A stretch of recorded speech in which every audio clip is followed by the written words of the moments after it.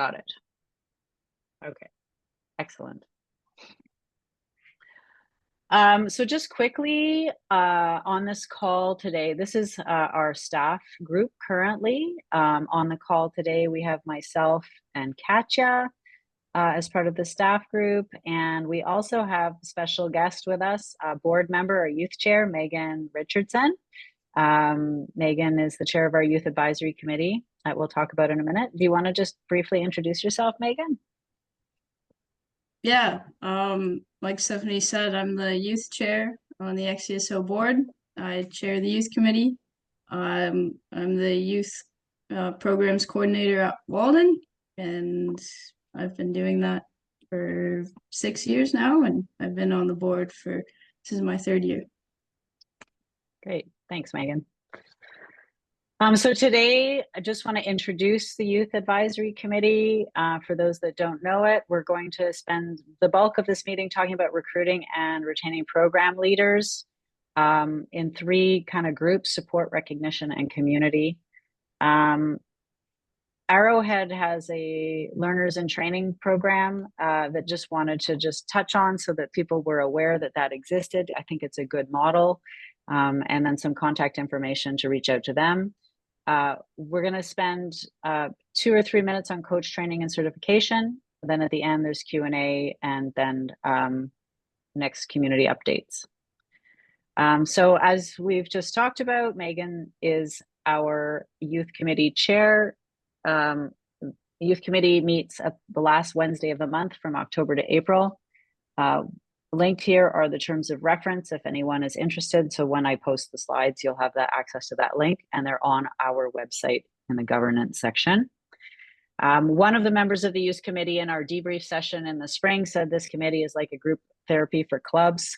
We had really good conversations and shared good information. So we wanted to take the opportunity to share some of that information with you today. So thank you, Megan, for being part of that and having such a great group of productive individuals. One thing that came up in conversation in the spring is that there are no youth on our youth committee. Megan is the youth of the youth committee.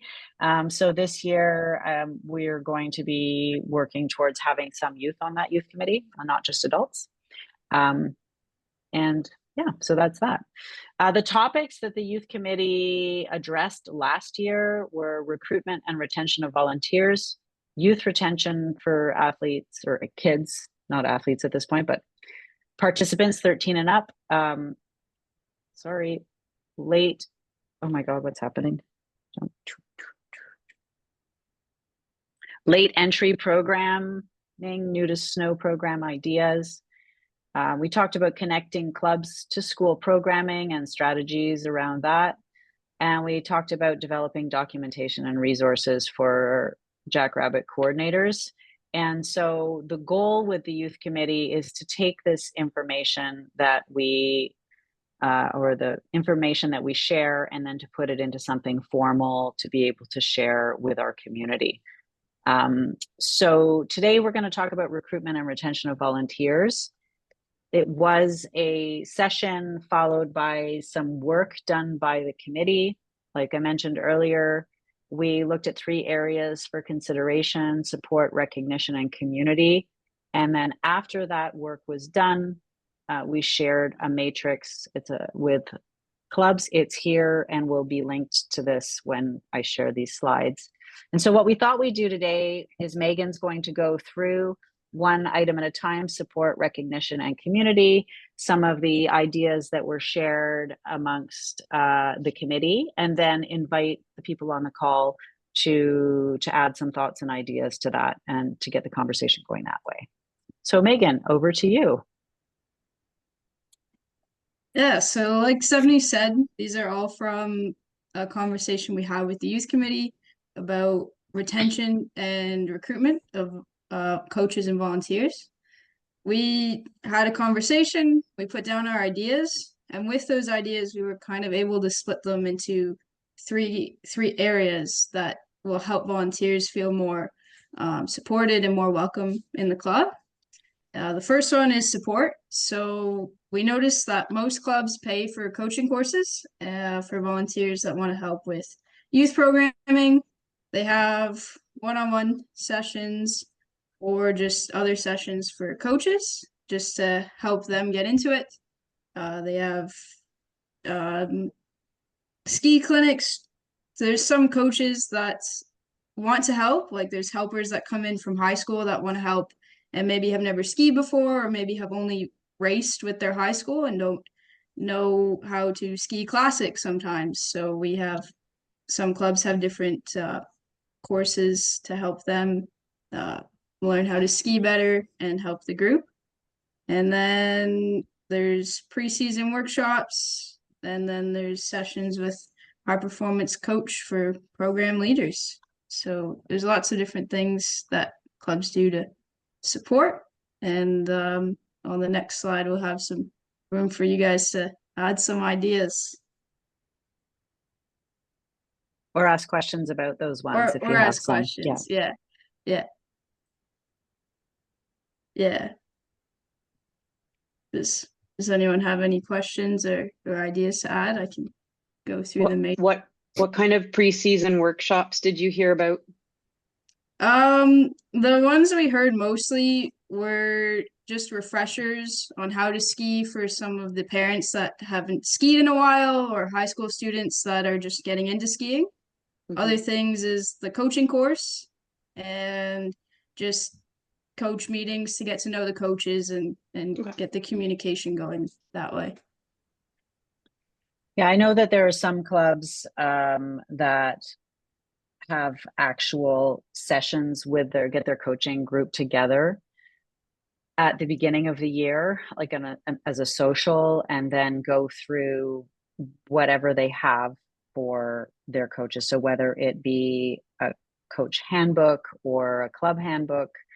There was a session I recall at Lappy 1 year or 2 years in a row where it was actual presentations where different coaches within the coaching group or different leaders within the coaching group came in and shared their best practices so that everyone could learn from each other. And I think, one of the things on this list is good communication structure between coaches. And I feel like what I gleaned from that matrix and that conversation was that the happy jackrabbit leaders are the ones that feel connected to each other and not just on an island on their own. And as obvious as that sounds, it's not that easy to achieve because most of those jackrabbit leaders have kids in the programs.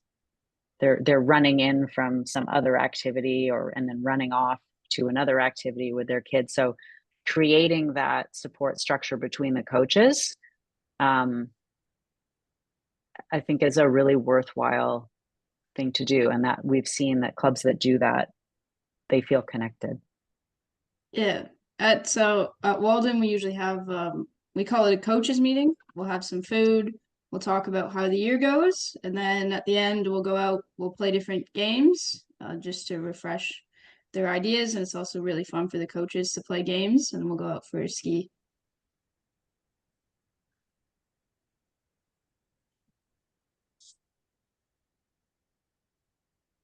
Yeah.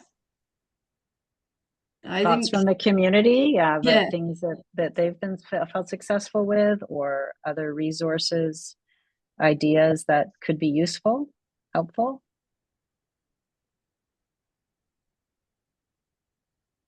So Yes. yeah, yeah, just continuing what Megan and Stephanie are saying, right? Like there's all these, training, preparation and stuff, but what really happens is that messy thing, like Stephanie was saying, those coaches for the young skiers have kids themselves in the program, and they're getting their own kids ready to go. Then they got the kids that they're coaching, getting them ready to go, right? So and typically what happens is on any day in the wintertime, there's a coach that's not there. So then you're juggling, right? So you have a coordinator, and they're juggling, you're covering for somebody, you're moving kids around, sort of thing. So it does seem pretty hectic. But if there is some connection by someone in the group to support, particularly those those new coaches in their first couple of seasons doing this, that, is there something you need, right? Because, where's the equipment? It's not where I thought it was going to be, right? Can I help you out? Can you, right? And if they're not familiar, they don't know some of the parents, they're new to the club, they don't really know where to ask for help. So I think it's quite important for senior coaches and some coordinator to be available to just help. Stephanie, one of the things we had at Lappy with the Para-Nordic program was having Kelly, who wasn't coaching, right? Right.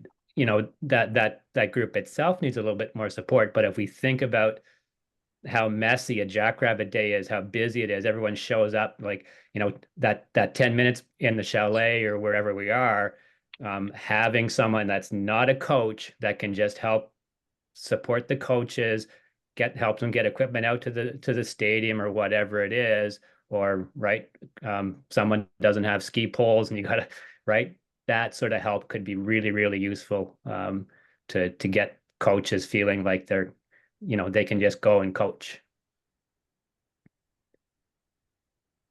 You framed that really well, Kevin. I think as we're having this conversation, it's true that when you have that person that, I think about when we race host, right? Our chief of comp at Lappy never has anything to do on the days of the race if they've done their job properly and they're just there putting out fires or helping where help is needed.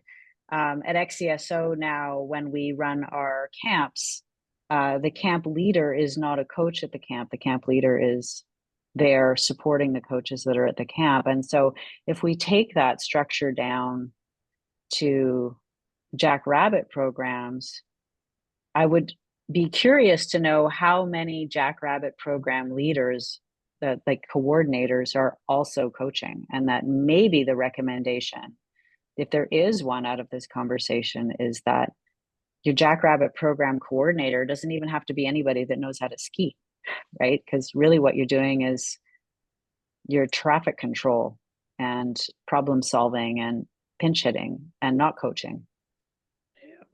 Yeah. Thoughts on that? And that, of course, that means that's another volunteer, but that's actually a volunteer role of a reluctant parent because they're concerned about their skiing ability, right? Yeah. Because,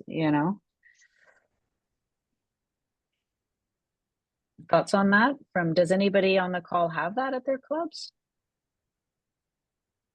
I don't know. I have to find that out. Yes. Yeah, is that Steve speaking? Yeah. Yeah.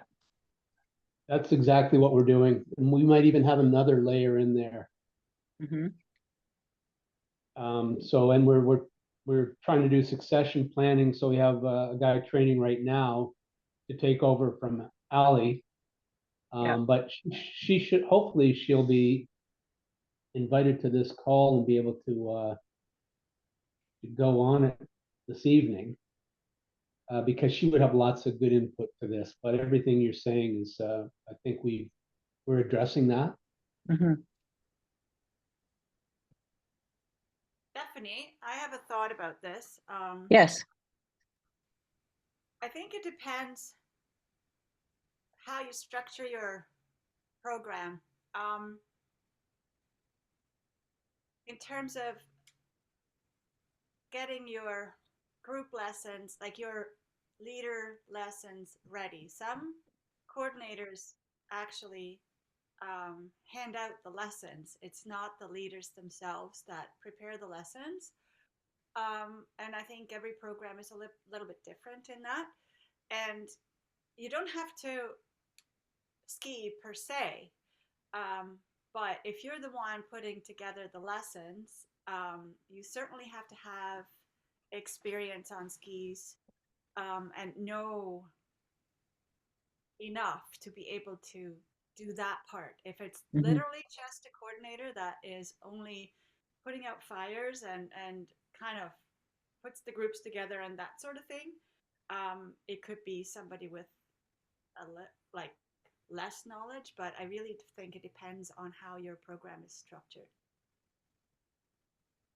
Yeah, that Yeah. makes a lot of sense. So what we do at Walden is, because I'm not there a lot of weekends, but I do all the coordinating. So I help the coaches plan their lessons, and then on the morning of Jackrabbits, we have somebody just there to support the coaches. So if they need anything, we have somebody there, and just to answer parent questions. So they don't necessarily know how to ski, but their only job in the morning is to make sure that everything is running smoothly, and they're just helping anywhere they can. Whereas I'm kind of in the background doing all the coordinating and everything, like the week or the night before, to get everything done when I'm not there. Is it, Katja, just thinking about the comments that you've just brought forward, I, I would be curious to understand what the norm is at the clubs, like if there is a norm, whether the leaders are preparing. I mean, I know at Lappy, each leader was preparing their own session. But it sounds like at other clubs that's not the case, where the session might be structured by someone else. I would see that would really be the case in a situation where you've got teenagers delivering the program, that probably there's more structure going on, because that would definitely change the flavor of what kind of support you need on the ground. Yeah, and I think also if the coordinator has more training than the coach is delivering, then there is a bit of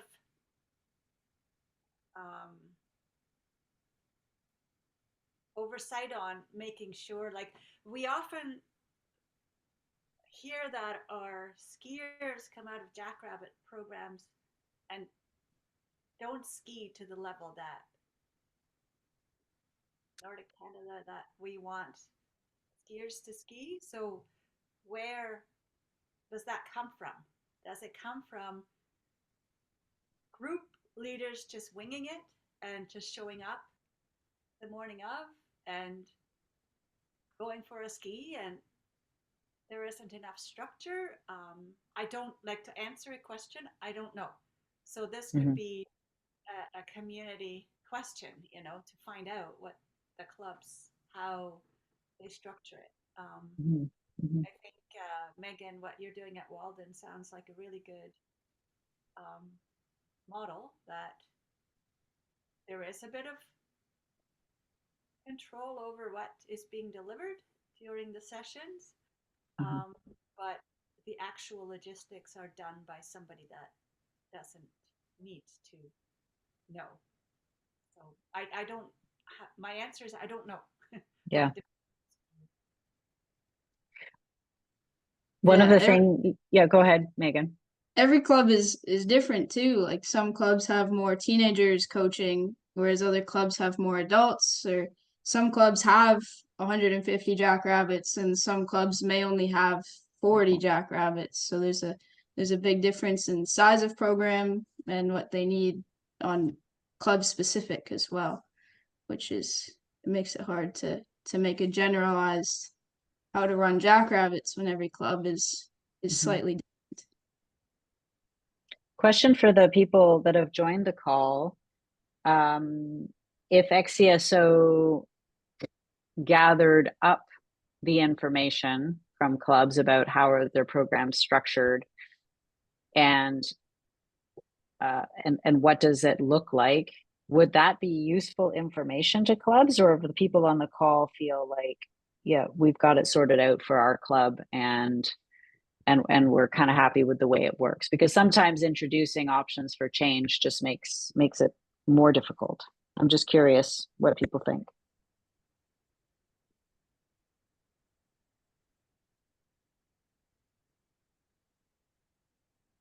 I for our club, I don't have enough insight as to how because I'm not the Jackrabbit leader, but I know later on this evening, Ghislaine's going to join, I think. So hopefully he can weigh in. But I would think that if people feel like their programs, you know, the coordination is going well, like if they're not struggling, then probably like don't, you know, mess around. Don't, Yeah. if it's not broken, don't fix it kind of thing. But I'm sure everyone has a few pointers that anyone could, you know, weave into their own structure, whatever could work best. So. Okay, good conversation. Megan, do you want to move on to the next one? I'm just watching the clock too. Yeah, So let's I'll flip move this on. slide. I will add comments to these slides too. Oops, that's what am I doing here? When I'm done here. Yeah. The next area we identified is recognition. Like volunteers always feel happier when they get recognition for what they're doing. So there was some options that were thrown out by the youth committee on what different clubs do. So there's swag. Most clubs offer coffee, pre-postseason social for leaders with food and snacks, because that's how you get people to go to things. Everyone's there when there's food involved. Some clubs have sponsorship from local shops. They provide toques or just even discounts for volunteers at local shops is huge, because everyone goes to a ski shop at some point during the ski season. Barbecues after lessons. If you've ordered extra Jackrabbit toques for those kids that register late, you know, could give them out to some of the coaches. And some clubs even pay their coaches. So some clubs do it hourly, some clubs have an honorarium.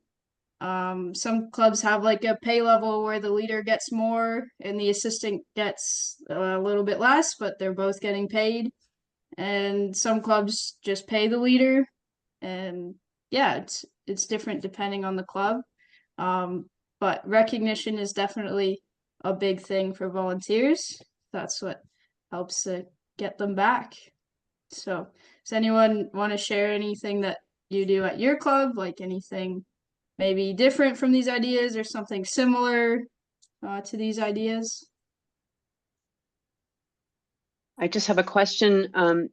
Do you ever have it where if you're a Jackrabbit leader, you would get a discount on your membership for the club? Like that would be sort of a perk, but I don't know how people, if any club does that. I'm just curious. Yeah, I don't think we discussed the discount on membership exactly, Okay. but we definitely discussed for parents who are volunteering, like a priority spot for their kid in Jackrabbits, Okay. or even discount on lessons for their kids registering in Jackrabbits. That was discussed, but I don't think the discount on membership thing was discussed. But that's a good Okay. idea. We'll But yeah, discount on maybe the Yeah. registration fee for their Jackrabbit kid if Yeah. they are coaching. Yeah, that makes sense. Yeah, So yeah. that's an option. Yeah. I think the experience that I've seen at Lappy, there were lots of different ideas thrown around how to do that. And I think it's about balancing between if it's a hard cost or a soft cost, right? So for example, discounting club membership, well, there's that hard cost of money that has to go to Nordic Yeah. Canada and XCSO. Yeah. So if you Yeah. discount that, you actually have to pay for it. Yes. I know for example, at Lappy, the facility and the club are not the same entity, and they instead of paying an honoraria to coaches, I know that the ski club buys the trail passes for certain leaders, so that's a hard cost. And then another area that I've seen too is that, and I like this one because if the parents have time, but the discount goes to the parents registering in a skills development program for themselves. So it's giving them something and it helps them with their skills. It actually works in the favor of the club because it helps the leaders become better skiers as well and feel like the club's doing something for them. Mm-hmm. So those have been some ideas that I've seen kicked around of providing discounts. Yeah, I think another thing that was discussed on the discounts is if we're discounting coaches, where do we stop, sort of thing. Like, you have all these volunteers running the club, you've got the groomers, you got people that help around your chalet maybe. So if you're starting to give these discounts, like, where do you stop? Because you have all these other volunteers as well. So yeah, Kevin. Yeah, you need to recognize where your need is to build capacity, right? And coaches is always, one of those things that clubs struggle to recruit and retain. And so one thing that I might suggest here is expand this point around recognition to be recognition and appreciation.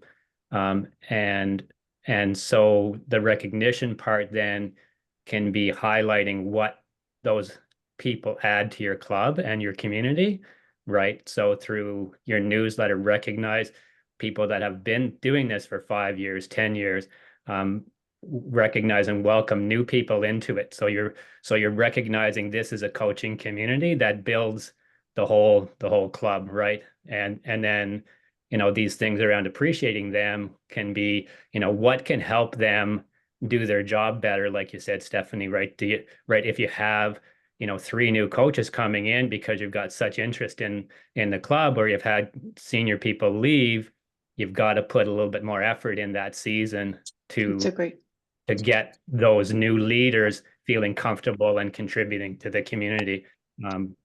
So I don't think it's a simple, last year we spent $300 on appreciation stuff for coaches or training for coaches. You have to look at, okay, what is our context looking like? Do we have, and Canada Nordic is a club that's had struggled with this for the last few years, with such a strong increase in membership and trying to have enough leaders to meet that demand, sort of thing. So and off the start, Stephanie, you were saying that shift from the demographics of fewer jackrabbits involved, right?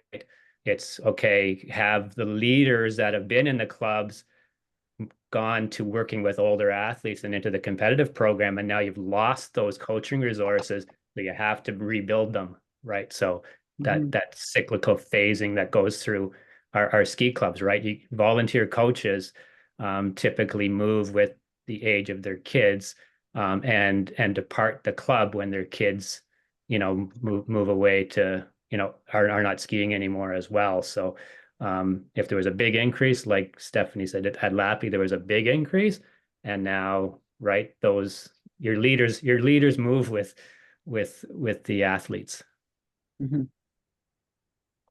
Yeah, I really like that recognition and appreciation piece, and my head's going like, how can we be doing that at XCSO as well, right? There we have some people in the community, in the coaching community, or the whole community, that have been doing this for a really long time, and then we have new people coming in, and we tend, I don't mean XCSO, but we all tend to pay more attention to the new volunteers than the seasoned ones, I think, because we're new people, right? Like, yeah. look Well, I after think them. So one thing for XCSO was Koch's recognition, right? Through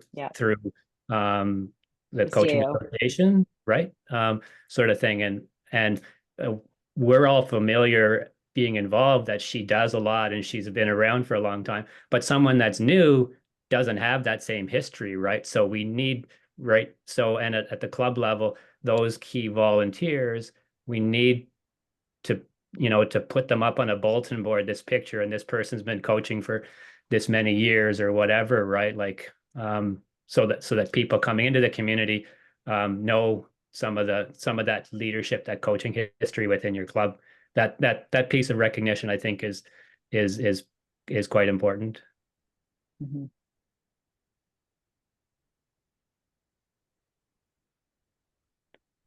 Steve, Diane, Farida, anything to add to this conversation?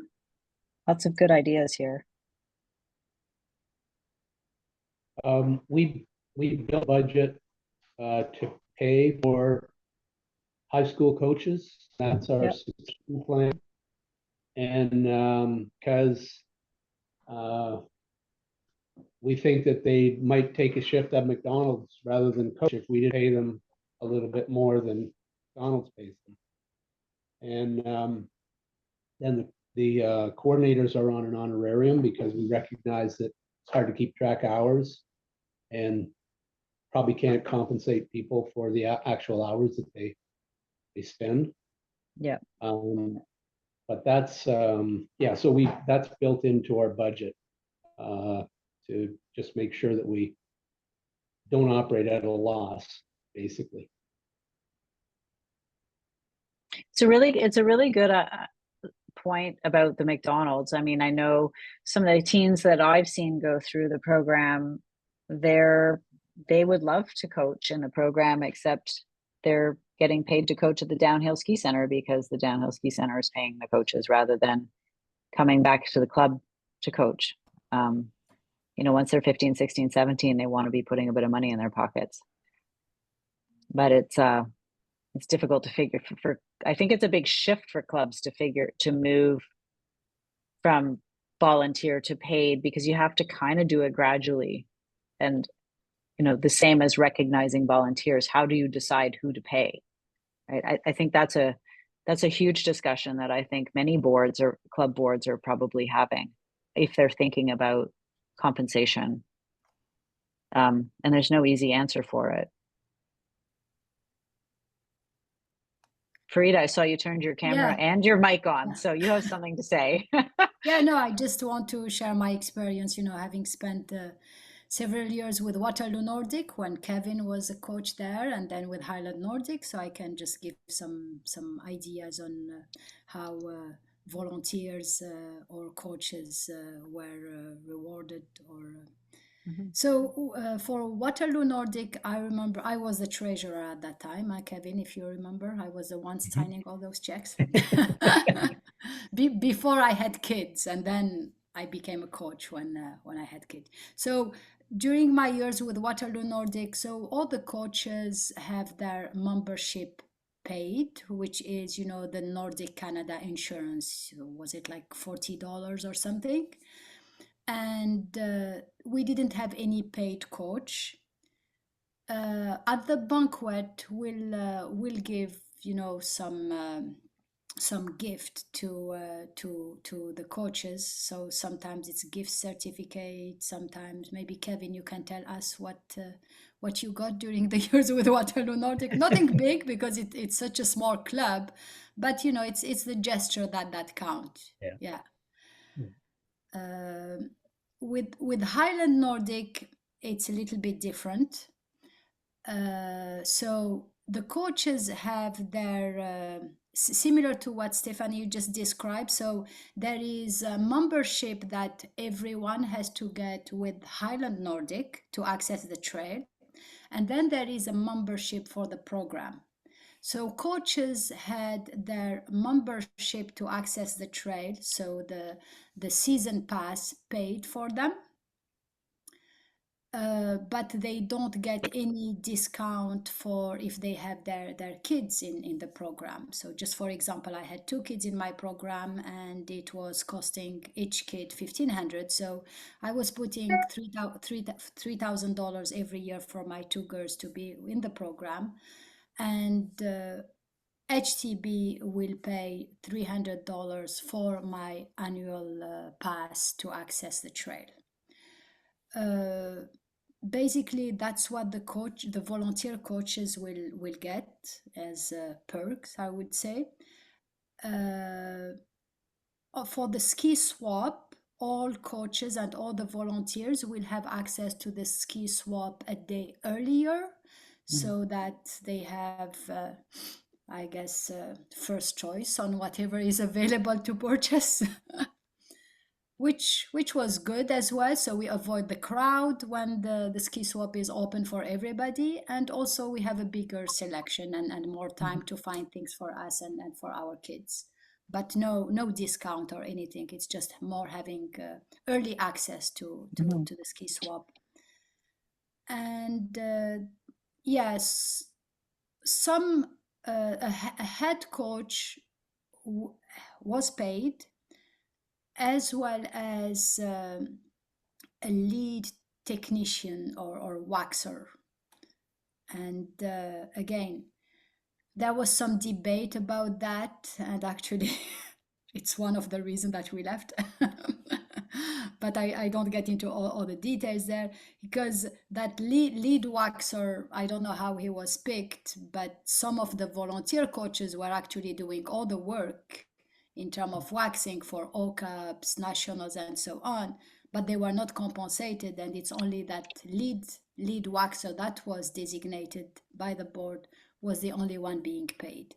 So yeah, I would say overall it wasn't really balanced in terms of compensation. Like if we were all volunteers, I think the dynamic would have been better than having just few of the coaches paid and the rest not paid. It just created some tension there that didn't go that well at the end. Yeah. That's interesting, because that's the problem that every club that chooses to compensate financially runs into, because no club can afford to compensate everyone. And then, you know, as we talked about earlier, trying to decide who, it does create that tension. And it's the same with the swag, right? Of like, who do you give? I know at Lappy, it was always a conversation. Well, yeah, you could give the Jackrabbit leaders a jacket, but what about all the people who host the races? Because those people work hours and hours and hours as well and get a pat on the shoulder, right? And so it's really tricky, and there's no clear answer, right, for that. It's thoughtful approaches by the leaders of the clubs. Yeah, anything else to add to this before we move on to the last piece, which is community? All right, let's keep going here. Megan, you good? Yep. So the next area we kind of divided our ideas into was community. And coaches and volunteers, they want to volunteer more when they feel part of a community. They want to feel part of something, and they want to feel like they're giving back.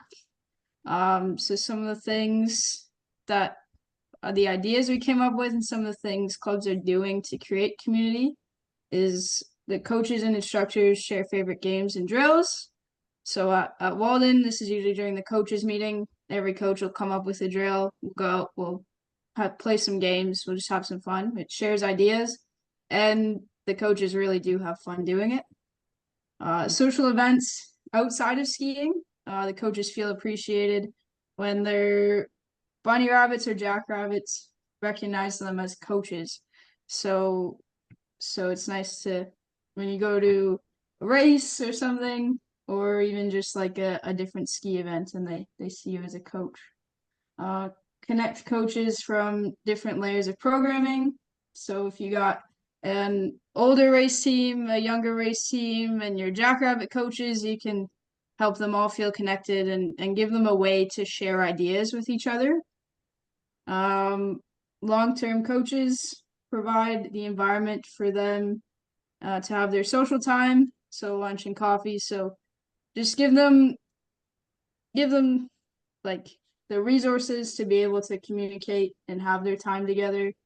You can plan something, or even just let them plan it, and just facilitate the planning of something. Like if you know there's a bunch of coaches that go for a ski at this time, and you know somebody's looking to ski with someone, maybe facilitate them getting together and maintaining a good ski community. So everyone wants to feel a part of something bigger. They want to feel part of a community. They want to feel a part of something, and that usually it makes them happier. It's good for morale, and people tend to do better.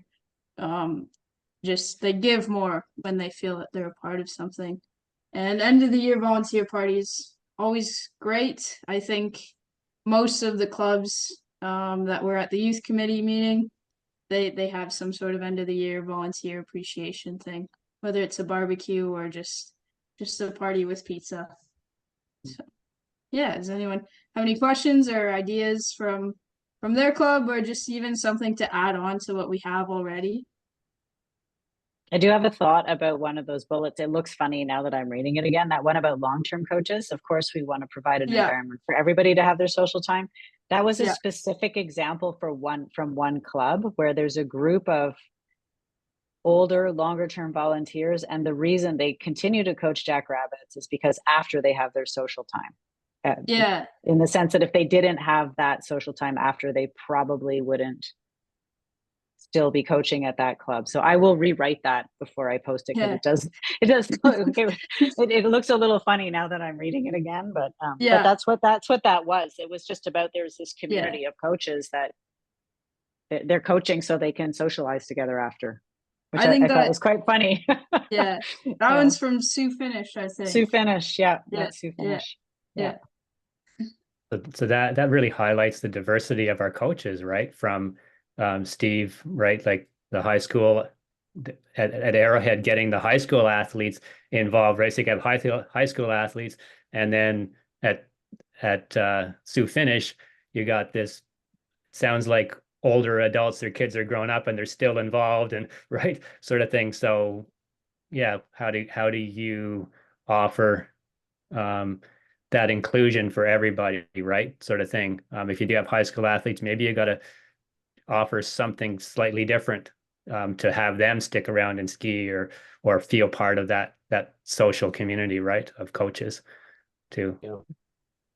Yeah, we've got adults too, but the thought is that the adults agree they don't need to be paid, and they do. All coaches do have their membership paid, so that's built into the budget too. Mm-hmm. So we do have adults that are in that program too, but we find and actually we get in training, they don't pay the first year or two until they're whatever the age has to be. So we do have some variety in there too. Yeah.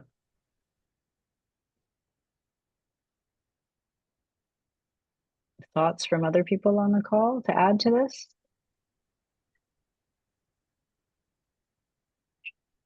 Yeah, any ideas to share on different things that your club does to build community? Because like every club is different, so every club will have a slightly different community, slightly different like morale or just ideas that they do. Everyone's different.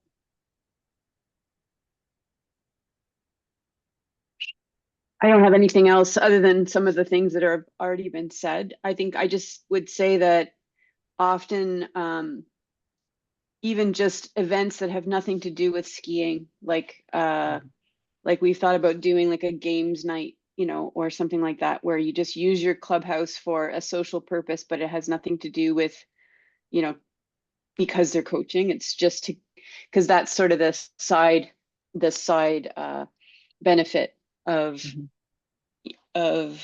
coaching is, you also get the social club environment. So I think that those kind of things really help.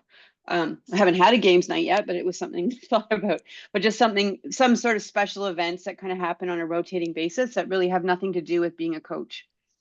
Yeah, that's a great idea. I know like the games night is great. You get people at the chalet, they're just doing something different than what they usually do. I like that idea. Yeah. And I saw Diane turned her camera on for the first time, so maybe we'll jump over to Diane. Yeah, you are muted though, Diane. You have to unmute yourself.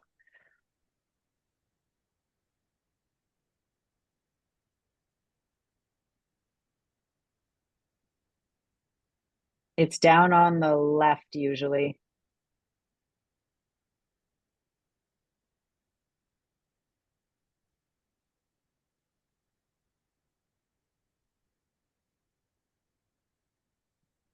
There we go. Oh dear, we still can't hear you, Diane. You're unmuted, but we're not hearing your voice. Oh, do you want to type what you wanted to say in the chat?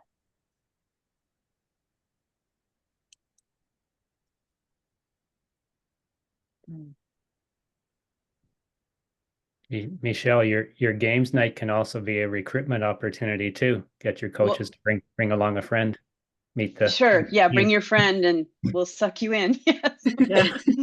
It's kind of the blunt way to put it, but yeah, Yeah. that's what it is. It's all about. But yeah, Like we're it's that first connection with the team, right? Do you want to be part of this group, sort of thing, mhm. before you commit to the whole winter? Sure. Like check it out. Who am I going to be hanging around with here? Yeah, Yeah. for Yeah. sure. It gives the coaches an opportunity or volunteers an opportunity to get to know each other outside of coaching as well, because you get to know, like, oh, who's still in school, like what do these people do for work, like you just get to know things about the people that you're going to be coaching with all year, which is Mhm. great because there's not always an opportunity to have those conversations when you're Yeah. in the middle of the chaos of It's going Jackrabbit. crazy. Yeah. Yeah. I can share a personal story about starting out. I didn't cross country ski as a as a sport, and I coached bunny rabbits to start. And so this was 30 years ago, I guess. And I didn't know how to wax a pair of skis when I started. And 5 years ago, I took a national team to China, and I was coach and wax tech for them. So you can start from pretty low skill level, right? And I think that's important for people to know when you're trying to recruit people. And Farida mentioned Waterloo. One of the things that some of the checks that Frida wrote in that early year, that when she was involved, when we worked together, was buying skis for leaders because our coaches that we recruited had wooden skis, some of them still, or old fiberglass touring skis, and didn't have a really in-track ski. And we bought the coaches skis to so that they could coach and could develop their skill as well. So Oh yeah, yeah, you I That's a don't. good forgot to story. mention that. Thanks, Kevin. Yes, I remember it was Stefan who was pushing for that because we were Yeah, giving free jacket to the coaches, and then Stefan, my husband, when he was seeing, these volunteer coaches come in with old skis, he said, "But this is not acceptable." And yeah, then he went to the board. Okay, instead of a jacket, can we start with a decent pair of skis first? And the yeah, board accepted that. Yeah, I remember. yeah, Yeah, yeah. I just want to add all the initiative that we did while Kevin was with us with Waterloo Nordic. I don't know if it was during your time, Kevin, Sisters on Ski. Yep, yep, Yeah. yep. So that was a way to reach out to the community, to the high school, and to encourage, girls to really join the sport and stay with the sport. So, and it was through a grant. I think it was the Tritium grant that we did, and we got a couple of thousand. With that, we bought skis, and then we were you the coach for those events, Kevin? Sisters Um, on Ski. We did a no, couple of we had, sessions. I think, Kelly Henry and Svenja, I think, coach. Yes, your So we had daughter. Yeah. we had the female athletes lead, right? And so Farida's husband Stefan worked at Waterloo Collegiate, and their high school team was fairly big, and Yes. and we had that high school team, the girls on that high school team come out, and they sort of knew each other, some of them. Yeah, so it was very, very successful. We had a Yeah. few athletes from different high schools join us after that. Mm-hmm. And were you with us when we started? There is a Winterlude, which is a Waterloo Winter Festival, and in that day we bring like any equipment that wasn't rented, and we just make it available at Waterloo Yeah, Park yeah, for yeah, anyone who would like to come and try yeah. cross-country skiing, kids, parents, future coaches. And we also inform all the members, go spread the words, bring your friend, everything is for free. And we just, even all of us, whichever extra equipment we'll have at home, we'll bring it that day, just so we try to fit anyone who will stop at our booth, and we give them a quick intro on how to glide and have fun. Yeah. Great. These are all really great ideas. Thank you. Let's try to keep going a little bit to stay on time. Try not to go too much. We have 3 minutes left in our hour. What else have we got on here? Add to the matrix. Right, we've already touched on this, the different types of people we have coaching in our community. Yeah, it's too bad Ali's not here, Steve, but she did write a really great article for our newsletter last November, which is linked here, which will be in the links when we share this. But I won't go into this, but it is just a structure of how Arrowhead is set up to pay and to recruit and to pay high school students. It's all quite well described in the article. We don't really have enough time to touch on that now, but we do have that there.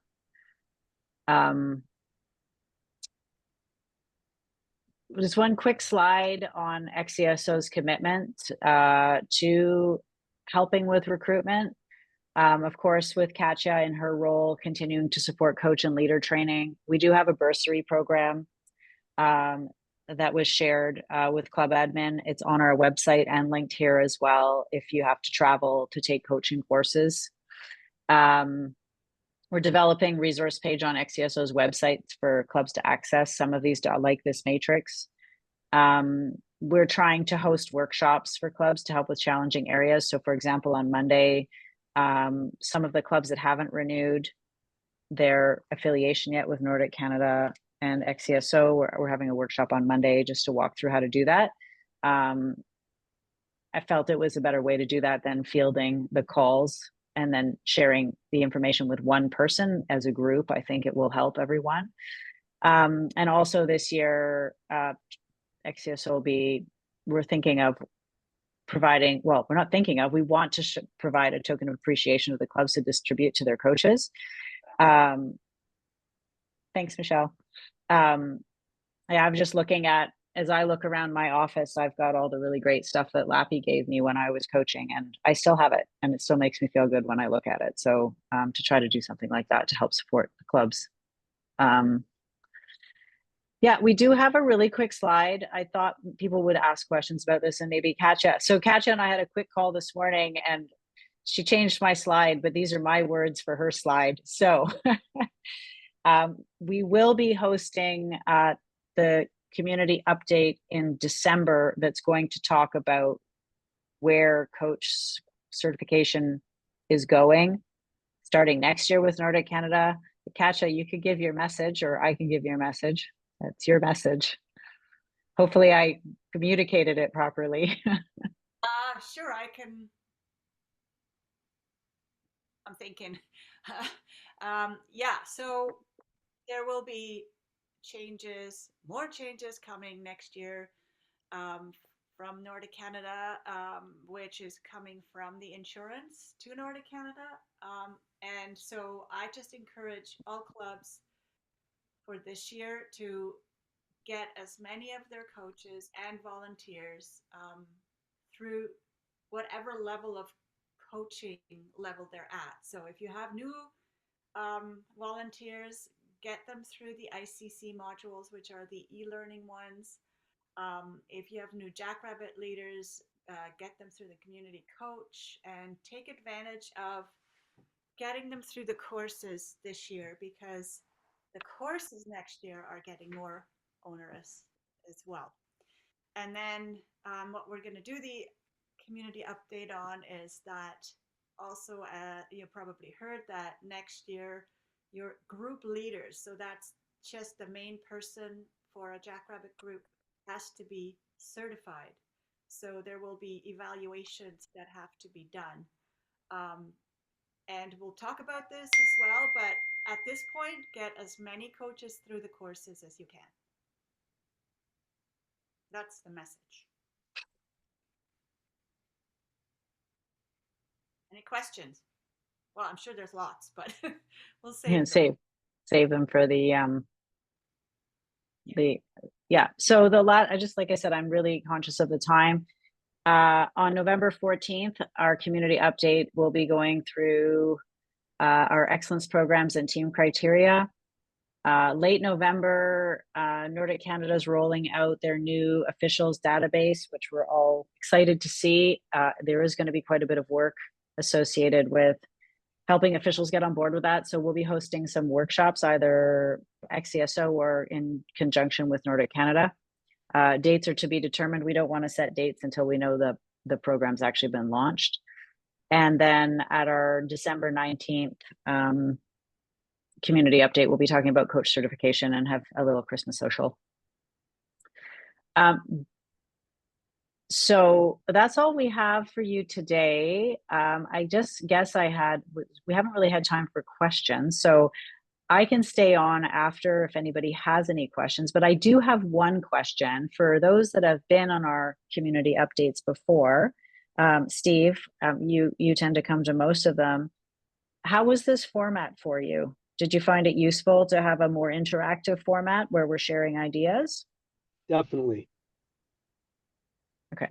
But it was good to have a framework because, yeah, it's just better to follow your guideline, really. Yeah. Thanks. So a structure, but rather than just having a sort of one-way information download. I mean, obviously that has to happen sometimes, but yeah. This type of meeting has been useful for you. Yeah. Thanks. Okay, great. Well, thanks everyone. Like I said, if there are questions on any topic, I will stay on. Megan, thank you so much for joining us. Megan puts a lot of work into the youth committee, the youth advisory committee, and it was great to have her on the call today. And thanks all of you for joining. Thank you. We'll see you next time. Thanks, everybody. Bye. You're welcome. Bye-bye. Oh my goodness, let me get my mouse back here. There we go. Yeah, good. Thanks, Megan.